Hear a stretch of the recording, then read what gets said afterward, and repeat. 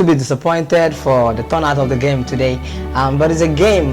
Boys did their best, and well, the best couldn't get us a victory. I think a little bit slack in the defense and even in the attack towards the end of the match. But we're just going to come back strong, and I think our next game is going to be a victory for us. Why are you chasing me around this way? Sorry, sir. What can you say about your team after the loss? Yes. We lost together now. We lost together. Will I kill myself? Yeah? As a coach, will I die for them? No, sir. Come to training. They will not come to training. Eh? I call captain the other day. Call your boys. Let's do training. He said he doesn't have credit to Centex. Just the last match, because they draw the last match, they begin to carry girls.